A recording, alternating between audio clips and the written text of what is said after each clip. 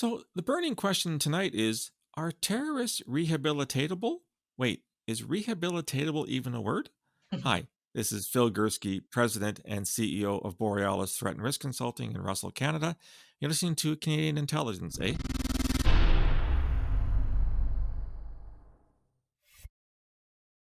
When I worked in security intelligence for the Canadian Security Intelligence Service, one thing that came up on our agendas periodically was, what do you do about terrorists in prison? So, as a security service, you would get involved in investigations. You would locate people who were doing potentially some nasty things, and you would watch them, you would surveil them, you might get a court warrant to intercept your communications, you would work with law enforcement to prevent bad things from going, bang in the night. And then once they were arrested and charged and brought to court and convicted, you kind of wiped your hands and went on to the next case. That is a problem, though, in that just because they're in prison doesn't mean, A, there's still not a problem within the prison system. And as we found out a couple of years ago in the UK, there was an attack by a man called Usman Khan, who apparently had been, through some kind of program in the UK prison system, brought out as some kind of an ideal subject matter and ended up killing two people. And this raised a lot of questions about what do we do with rehabilitation of terrorists. I've interviewed terrorists in prison in Canada on several occasions, and I know a little bit about it, but I've decided to bring into the conversation somebody who knows a lot more about this than I do. So I'm really pleased to welcome to the podcast Peta Lowe, who is the principal consultant for Phronesis Consulting and Training in Australia. She is a former director of the Counter Violent Extremism for Juvenile Justice in New South Wales Department of Justice and has over 15 years' experience working with young people involved with the justice system. And she's going to answer all my questions. So, Peta, thank you so much for coming on the podcast. Thanks for having me, Phil. It's great to be here. Let's start with some easy questions. So you have a fairly extensive past of dealing with young offenders in the Australian system. I'm guessing when you started out, you didn't look at young offenders from a violent extremism / terrorism perspective. How in God's name did you go from being someone that worked with young offenders across the board to focusing on violent extremism? Oh, that's such a good question. I fell into it really. So working in juvenile justice, I sort of started my career. I'm a social worker by trade, so I started my career in individual counselling with young people who offended. And I did a range of different things. I worked in drug and alcohol counselling, I did sex offender program counselling, and I worked through both community and then custody. And I really got a passion for working with kids in custody. And, I've done some family therapy in my time, all focused around addressing offending behaviours.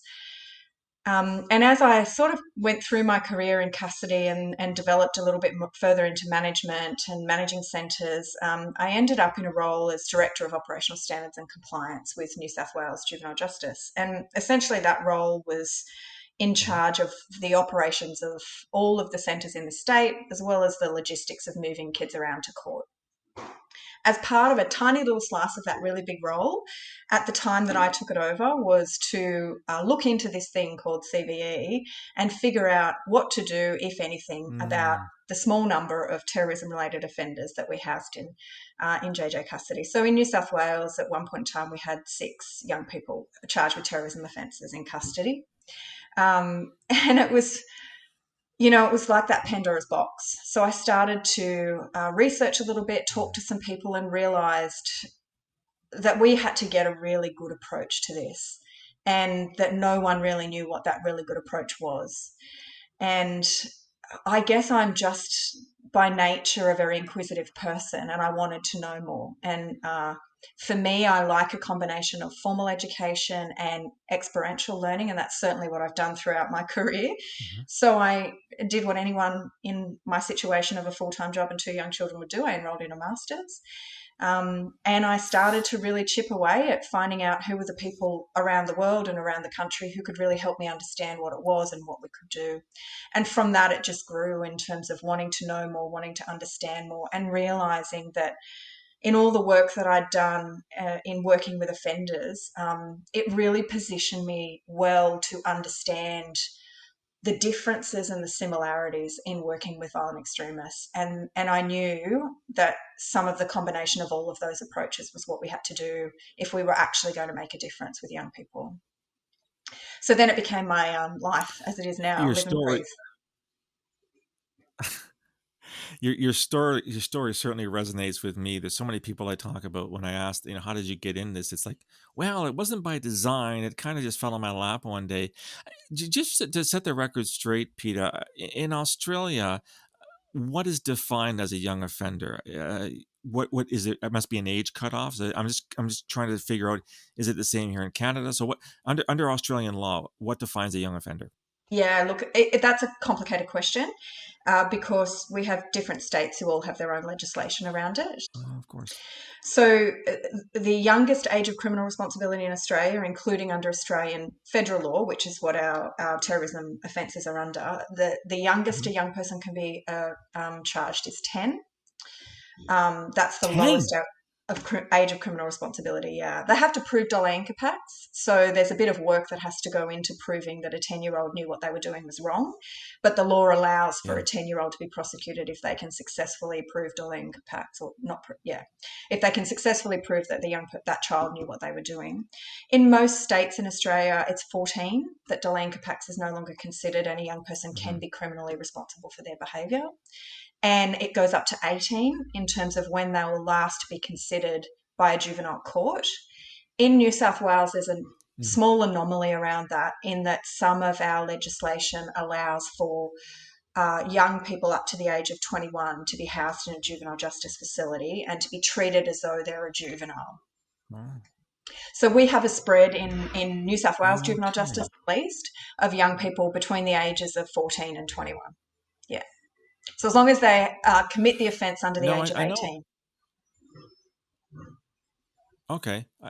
I know in Canada that we've had cases. One case that I worked on quite extensively, the Toronto 18 case back in 2005, 2006, of the 18 individuals who were eventually arrested and charged with planning to commit a terrorist attack.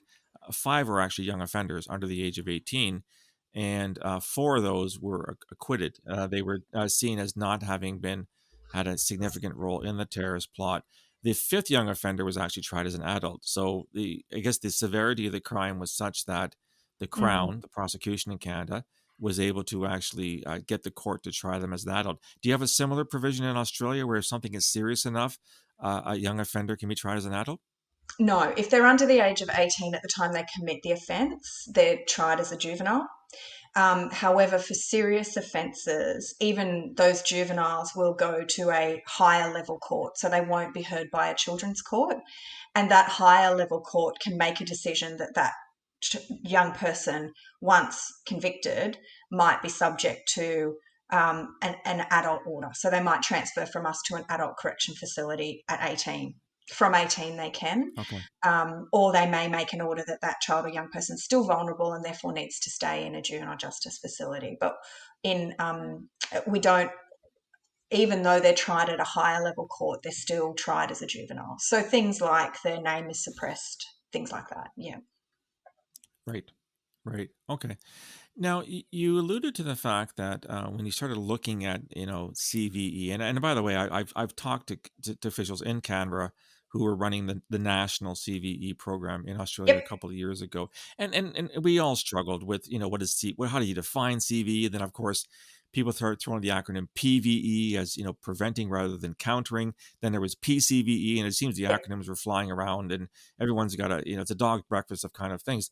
So you said at the beginning, Peter, that there were six individuals that you initially had worked with in New South Wales that were young offenders, so young people, but were also involved in terrorist attacks. Without getting into the details, nitty gritty, because they were young, can you Mm-hmm. describe for my listeners sort of generically what kind of involvement these young people had? I mean, were they peripheral hangers on to something, or was this a really serious case where young people were deemed capable of actually carrying out a terrorist attack in Australia? Yeah, look, so we've had young people charged and convicted of doing acts in preparation, which is an offence under Australian law for actually preparing to do a terrorist act. So they were in the stages of undertaking a terrorist act. Yeah, all the way to young people who have been involved, I guess, more on the, you know, I find it difficult to say on the periphery. I mean, you're either involved in violent extremism or you're not, and the role that you take in that doesn't necessarily define how seriously you believe in the cause. So we've had young people involved in propaganda, for example, and recruitment or financing, Mhm. all the way through to Mhm. actually undertaking a violent act as a result of their belief. So it's interesting because I know people think about it as a spectrum of seriousness, and that's one of the things that we had to talk a lot to Mhm. staff about. Is it may not seem like such a serious act, but we all know in the space that recruiters are some of the most valuable assets for extremist organisations. Yes. Not necessarily always the people who are going to engage in violence, but the people who can motivate people through to engage in violence. So, in terms of seriousness, what do we talk about in that respect? Yeah. All right. The so-called brains of the outfit, and I think that's certainly something that we try to get across in Canada as well. That sometimes the smartest guys they were so smart they weren't dumb enough to actually do anything. They're certainly there in the background encouraging others to do so. So was it difficult then for people to wrap their brains around the possibility that a young person could actually undertake something as serious as a terrorist attack? Yes, and it's one of the things that I've talked a lot about to people because there's this notion that children and young people are always vulnerable victims. Okay. And there's this debate: are they vulnerable victims or rational actors? And Hmm. I think it's really difficult to generalize because even in my experience of working with young people, they fit everywhere on that spectrum. And yes, there are Yeah. vulnerabilities when you're young, developmental vulnerabilities that impact on your ability to make good Hmm. decisions. But we're not talking about impulsive adolescent action when we're saying that a Hmm. young person has been involved in a 12-month, planning. That's not Okay. impulsive. Now, what is Right. interesting about that is their ability for critical thinking about what they're doing and their ability to understand second and third order Hmm. consequences definitely have an impact. But this notion Right. that they're impulsive actors, I think that's not always the case. And we have to, I'm a big believer, I think we have to understand the risk. We really have to understand what impacts on the risk and what that is. And we have to look at that quite objectively. No matter what I feel about what got a young person into a situation, I have to understand the risk that they're at right now or the threat that they might pose right now if I'm Hmm. adequately and appropriately going to address that. And so while I might carry with me the knowledge and context that they are vulnerable in the sense of being radicalized and given a message and internalizing a message and forming a belief and moving through to violent action, that doesn't change the fact that that's where they're at right now. And if I were to minimize that, because I find that really difficult as a feeling, or I'm not comfortable with that, I'm not doing a very good Hmm. job for helping that young person come back. And I think sometimes because of all those contextual factors and the bigger order, social, Hmm. political, structural factors, we can minimize the risk. We can rationalize minimizing the risk for young people, and that really doesn't help them address where they're at. If someone is motivated to commit a violent act, we have to address that. We can't just say they shouldn't be because some adult Hmm. gave them an idea. If that's where they're at, then we have to see that and work with that. Right. Right. Listening to you talk, Peter. Of course, the we here in Canada dealt with a famous slash infamous case of Omar Khadr. I'm pretty sure you've heard of him. He was in Guantanamo Bay. A lot of Canadians saw him as a victim as Mm, opposed to as a perpetrator. The debate is still going on in my country about whether what we should have done with him. For the record, I think most of us agree that Guantanamo was an absolute disaster on the part of the Americans for having done it in the first place. It certainly complicated the justice system as to what to do with them. But a lot of Canadians still don't know what to make of a young man who was 15 at the time when he killed a soldier in Afghanistan. So I think that when we think about children and how we define children in terms of what they're capable of, and this of course extends now to the argument, and I'm curious of your views on this. I didn't ask you this question in advance. It just sort of came to me. There's a big debate now, and I know Australia and Canada have been rather dogmatically saying we're not moving heaven and earth to repatriate are citizens who went to Iraq or Syria to join ISIS or things like that. And of course, there's now this extended argument about, well, we have women and children sitting in refugee camps in northern Syria who were members of ISIS. The men have either died or gone off. And do we take these kids back? And my argument has been very simple from the get-go. I think that adults who committed crimes with terrorist groups should stand trial in the countries where their crimes were committed. I've been called many things for saying that, but there's the issue of the children, and I think everyone believes that toddlers or 5-year-olds or 6-year-olds probably should be repatriated ASAP and not forced to rot away in a refugee camp. But what do you do with a 12, 13-year-old who was a cub of the caliphate and Yeah. was radicalized and was taught to kill and maybe did kill? I mean, again, I don't think Australia has repatriated any of its citizens, but if one of these were to arrive on your doorstep tomorrow, I'm just curious what your approach would be. Look, I do find it interesting, and it's one of the conversations that I had, way back when I was working with the government on some of this stuff. I find it interesting that we see those two as being independent of each other, that you're either a victim or you're a perpetrator. Even in my work generally in offending, people are both, and they fit everywhere along that spectrum. And why we now have to make a decision about whether they are one or the other as to how we treat them fascinates me in this space. Why can't we see them as both? And to some extent, Mm-hmm. they all are both. Whether we agree with their belief or Mm-hmm. not, they're certainly motivated through to it because they have a perception of grievance and injustice. And if we don't meet them there Mm-hmm. in their understanding of where they're at, then we're never going to address the problem. We don't have to agree with it, but we have to understand it. Right. Right. Firstly, Right. I think they're not, they don't operate necessarily always as opposites, being a victim and being a perpetrator. I absolutely believe we should repatriate children, most definitely. I find it Yeah. Yeah. fascinating that we would be very uncomfortable having a debate about not removing a child from a family where they're subject to domestic violence Mm-hmm. or severe neglect or emotional abuse, Mm-hmm. but yet we struggle to apply those same ethics and values when we're talking about children who have had no choice about where they've ended up, whether they were taken there or born there, Mm-hmm. and what they've been surrounded by. And Mm-hmm. it's no different than, because repatriation is literally bringing someone from one community to another. The term repatriation is Mm-hmm. interesting for me because we're not actually repatriating or reintegrating a lot of these kids. They're reintegrating implies that they were integrated previously. And some of the work that I've done recently Right. with the Commonwealth Secretariat, that came up over and over again. You're not reintegrating. In fact, for the first time, a lot of these people are being integrated into a society. Even if they lived there Right. before, they weren't Right. integrated Right. into that community. So, it's that process of I also think, particularly in some of those instances of returning foreign fighters, I understand people's hesitations and concerns, and there is real risk and threat involved in doing it. I'm not suggesting there isn't. But we also got into the position that we're in now because we made decisions that were short term and not long term.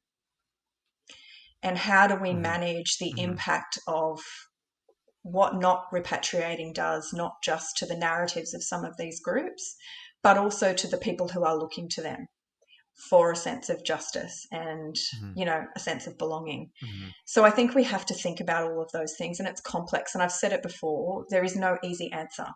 And I think making this a Yeah. reductive argument where there's a good or bad answer just doesn't Yeah. allow for the complexity that exists in this space. And one of my issues is that we continue to want to take the grey out and make it black or white. And in doing that, we will fail Mm-hmm. some. And I think that's what we've done when we see such a rise at the moment of the far right, is we've tried to make it black and white and we've ignored the grey. And so people are going Yeah. to move to Yeah. one end or the other. That's the process of polarization, right? We want more grey. We want more complexity in the Yeah. fabric of society and in the debate Yeah. and in the conversation, and therefore in the answers and solutions. And the more we are reductive in our conversation, the more dangerous we get as a society because we polarize people. Yeah, you'd think after 10,000 years of civilization, we realize that black and white arguments rarely work, but we don't seem to learn our lessons. I'm so glad that you said that, Peta, about the fact that, these children were not there of their own accord. Some of them were born under the so-called caliphate. Some were taken forcibly by their parents, obviously. And yet, when you do raise the issue that this is no different than a child suffering sexual abuse, emotional abuse, psychological abuse, mental abuse, if they were in our own societies, the state would intervene. The state would say Yeah. that child is in danger. Yeah. That child must be removed from the situation.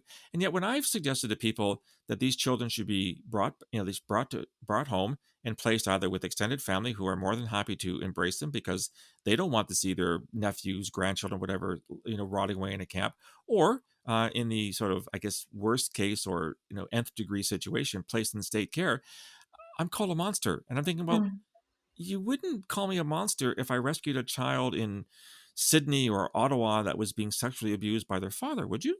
So absolutely. why do you think there's this notion that somehow these children need to stay with their parents for their own mental or physical well-being? Why do people think that way?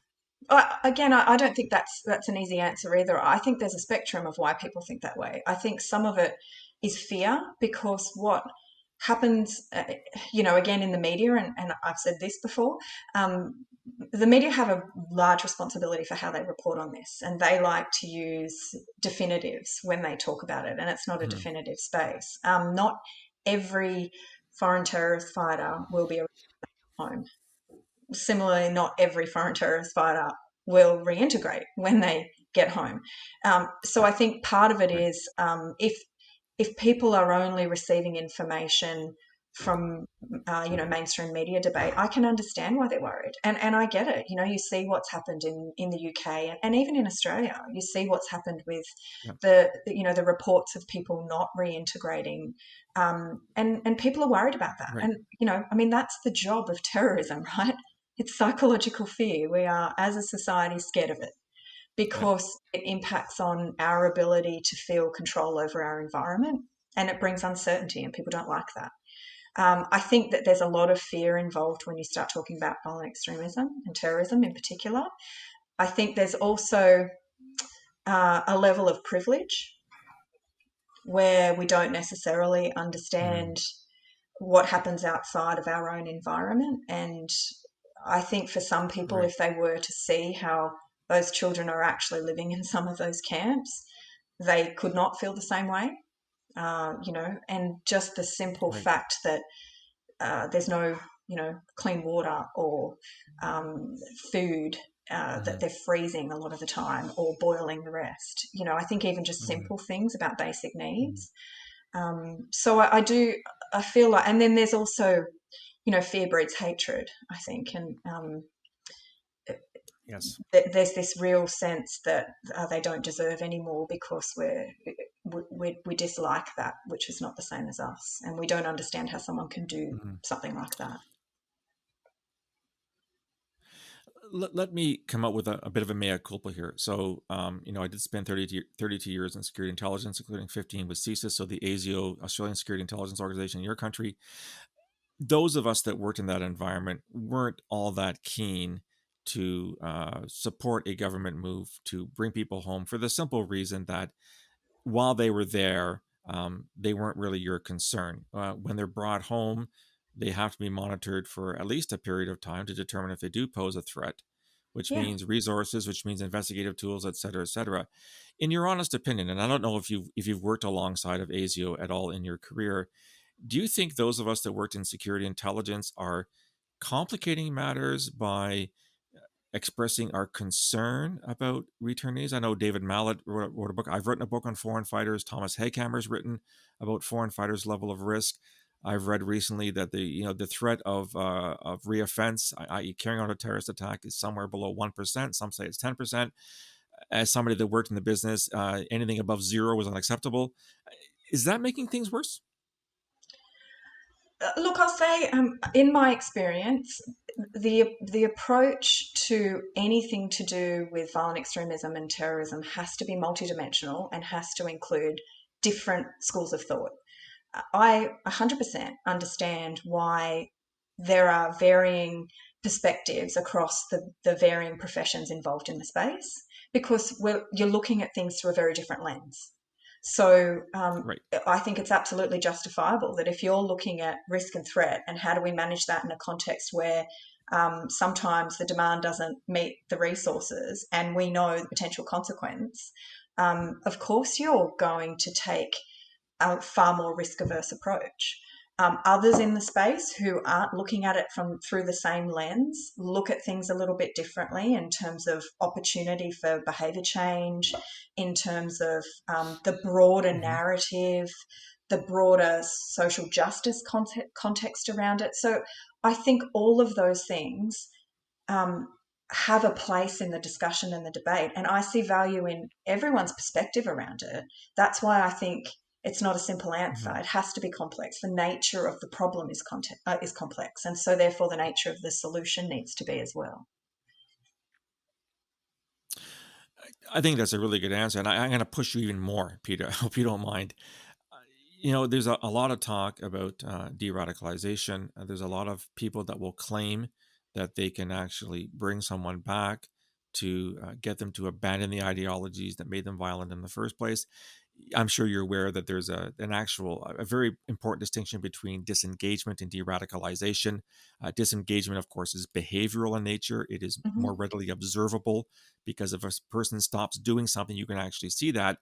De-radicalization suggests there's a mental change, and unless you down in Australia have developed mind reading machines, it's really hard to tell if somebody is telling the truth. The old joke in jail is that if you ask 100 prisoners how many are guilty, the answer is 0. They've all been framed. They've all been erroneously convicted. So when we talk about these programs, and I'm curious to hear about the successes you've had in Australia, as well as the things you've learned, perhaps some of the failures you have. How confident are you with your years of experience that when you make an assessment of a given case, that you can say, it is my professional judgment based on my experience that I do think person X is demonstrating the signs that there is a very good chance that they can be integrated, as you said, or return to society, versus person B, no, I'm not getting a warm fuzzy about this one. I don't think there's a real chance they're going to ever abandon the ideology that landed them here in the first place. And then how do you make that kind of determination? Yeah, excellent question. I don't support de-radicalisation as a concept. I do understand it, and certainly talking to a lot of professionals in the space, utopia would be that that process, because if people don't have those thoughts in the first place, then there's no risk that exists. My issue with that is that radical thinking has also brought about some of what we would consider now to be best changes in society. So do we really want to go down the path of defining what people should think? Which is why I promote disengagement, because in every other area of human behaviour, we're satisfied that you can have the thought provided you don't act on it. Yeah, we'd prefer if you didn't have the thought, because then there's no way you'll act on it. But in fact, we're satisfied that you can have those thoughts. And even some of the simpler things around violence, for example. It's okay for you to get really frustrated and think, gee, I'd like to, we'd like it if you developed strategies where you didn't. But actually, as a society, we draw the line that you don't engage in the act, not that you don't have the thought. And, as someone who drives quite a lot, I guarantee I have those thoughts more often than I should. I just don't act on them. So not you, Pete. I can't imagine. Just a little bit. So I think that's why disengagement is important for me, because as a society, that's what we set the parameters at for everything else. And also, I do think that if we take away people's ability to think radically, then as a society, we don't move forward either. So disengagement is actually, there are risks with that. And one of the things that we have to acknowledge about human behaviour is it's not an exact science. We can never predict with 100% accuracy what anyone's going to do in any context. It is always our best guess. So whenever you're assessing someone, particularly in this space, it's only as good as the time and the context that you assess them in. and it will change. And it's really good Mm. if your assessment, if it's a really robust assessment, you will understand what contextual factors that change will impact on risk, either increasing or decreasing that risk. And Mm. that's where we need to get with this Mm. space. We know that while ever these factors exist around this person and that context is in place, we can reasonably assume the risk is at this level. No one's ever zero risk. I'm not zero risk. Right. You're not zero risk of engaging in Right. violent extremism. Right. No one exists as zero Right. risk.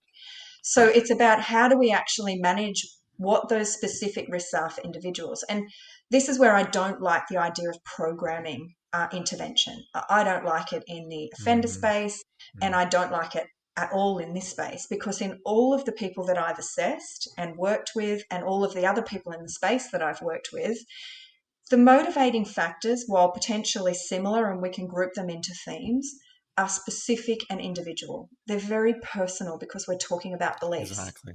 And they come from a very Yeah. personal space about each individual's lived experience. And Yeah. you can be co-offenders and have very different motivating factors. And so we Yeah. can't address those two people Yeah. the same way, even though they committed the same offence. And their contextual factors that will I, change their risk will be different. mhm.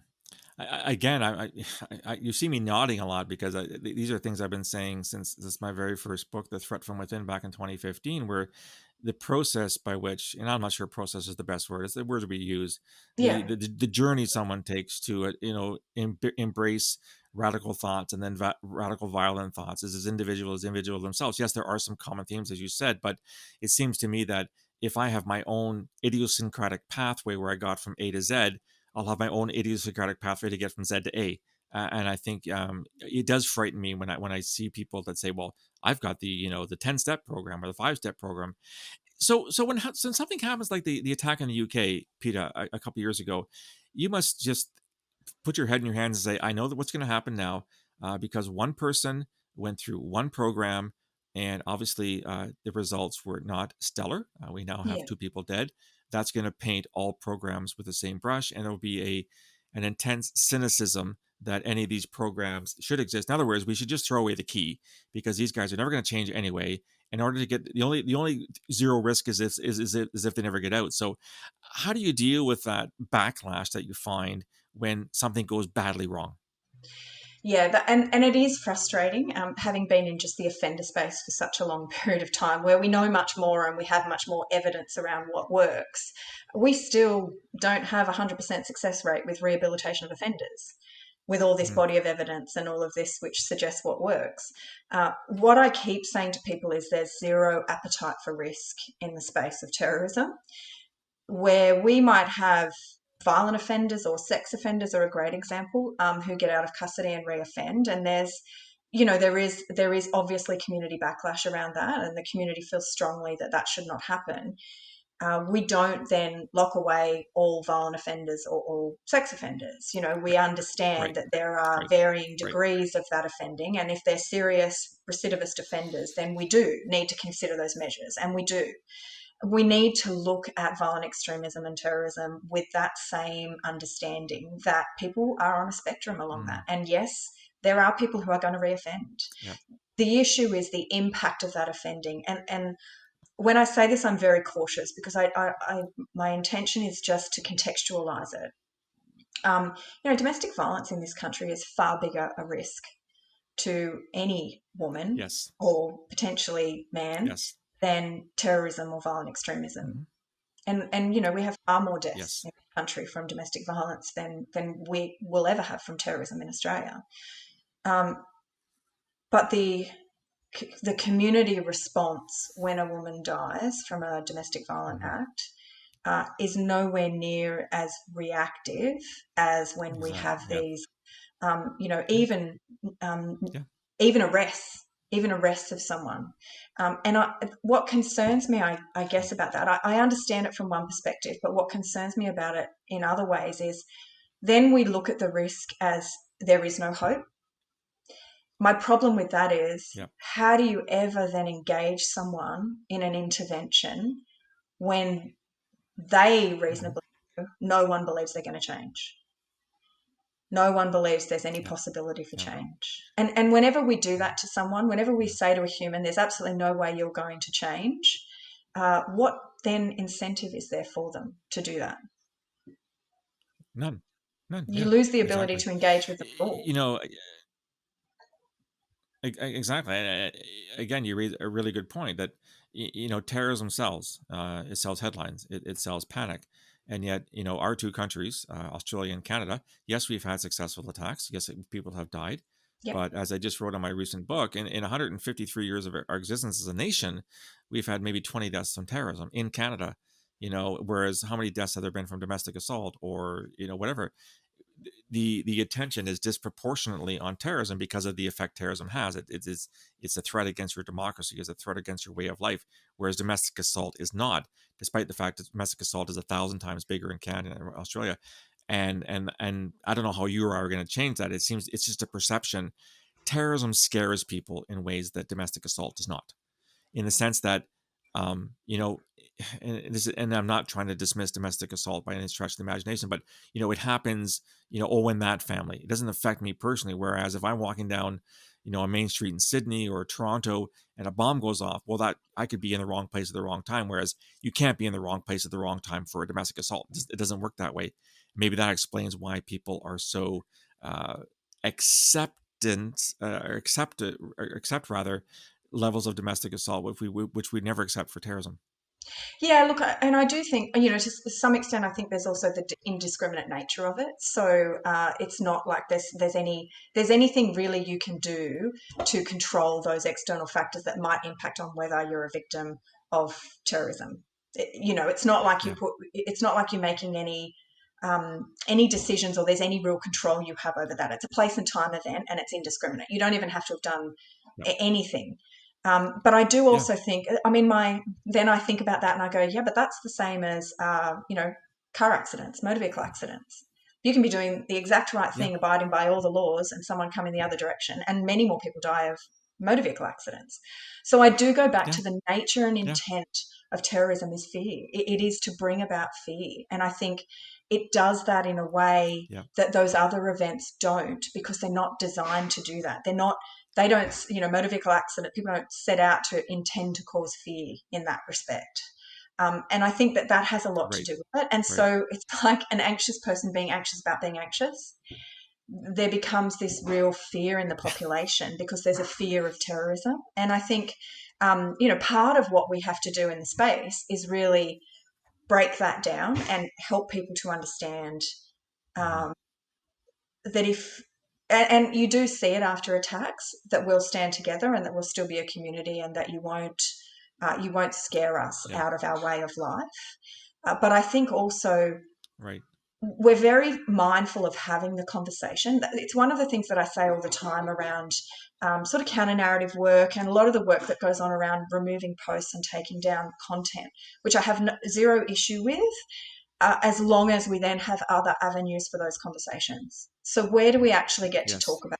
yes, I was told growing up there's a few things you never talk about at a dinner party, politics and religion. And I think terrorism has become one of those because it generally leads to arguments. My issue with that is that's the whole yeah, problem.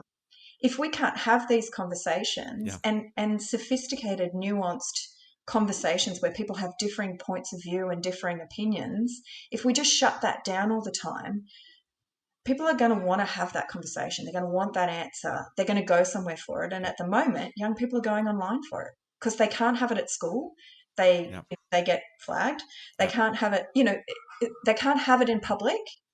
So they're having it online where someone will answer those questions. They will fill the vacuum of information. And I think that's where we have to start saying, and there is a lot of work going on, particularly in Australia and I know overseas, around working with people about having those conversations and having them in a really productive and helpful hmm. and full way. We both know that platforms like WhatsApp and Facebook and YouTube and Twitter are being brought under tremendous pressure to remove this content. But as you said, removing the content is like playing whack-a-mole. I mean, the Mm. content just goes somewhere else, and it goes somewhere that it's harder. I had to laugh when you talked about being taught that there are certain things you don't talk about around the dinner table. My late mother, God rest her soul, said, "Whatever you do, son, don't talk about religion and politics." So I became a counterterrorism analyst. I mean, go figure. Sorry, mom, wherever you are. Same. Um, so, Yes. so Peter, so moving forward, where do you go from here? I mean, you've been doing this for quite some time. Um, Yeah. are you going to keep doing it? Do you see yourself going into a different direction, or is there just so much work that still needs to be done in Australia and New South Wales that you're going to kind of stay the course for the indefinite future? I mean, for me, it's I feel like there's so much work yet for me to do in learning in the space, and so I just really I enjoy still learning about things. I really enjoy the assessment space, I really do, and that leading into intervention. I'd like to do more work in that space because I think we can always grow and learn and develop. But I'm also really I hate the word passionate. I'm also really invested in early intervention. And I think, from what I've Mm, seen in my experience, that uh, the more we can prevent and divert, the safer everyone is, mm, because we don't know yeah, what works in yeah, this space. And everyone can work really hard and still not achieve an outcome for community safety in the rehabilitation disengagement space. That work, that energy from my perspective, is much better in the prevention and diversion space. And so, how do mm, we get people to identify early on that we could do things yeah, differently? And how do we get people okay with having those conversations and, building that yeah, critical thinking in children and young people, but in adults as well? How do we, as a community, mhm, understand that, there are things that each of us can do that's within our control that actually makes our community safer. And so I really, I feel like there's a lot yeah, more work that could go on in that space. And what worries me at the mm, moment is we're getting further apart and not closer together. And yeah. that makes much more work to do in the space. Well, you're preaching to the choir here. Even though I did work in security intelligence and in counterterrorism, where you're at the pointy end of the stick trying to stop things from going bang in the night, I also recognize through my work in CV in Canada that the earlier intervention really is the most positive direction. That if you can identify, and there are signs you can identify early on, where you can divert people before it's too late, and that's obviously a much better solution than waiting until it becomes a criminal matter, and then you start talking about all kinds of implications for society and the impact on a person and a person's family, and et cetera. So I just want to say thank you, Peter, for the work you've done in Australia, for joining me on this podcast today. You're an absolutely fascinating guest, and I think you brought up a lot of points that were very, very valid. And if nothing else, I'm hoping people start asking themselves questions about the approaches that we've taken. And one thing that, of course, that has always been very great concern to me is the people's inability to understand that terrorism, at least for you in Australia and us in Canada, is and never will be is not and never will be an existential threat, and it is certainly seen as such, and which makes people make very bad decisions and very bad moves. So, thanks again for joining me on the podcast. Thank you for having me. It was really great to have the chat with you. So that was my conversation with Peta Lowe from New South Wales. What did you think? What do you think about rehabilitation? What do you think about young offenders and terrorism? Love to hear your thoughts. You can reach me on email, borealisrisk@gmail.com, or on Twitter, Borealis Saves, and find me on LinkedIn and on Facebook.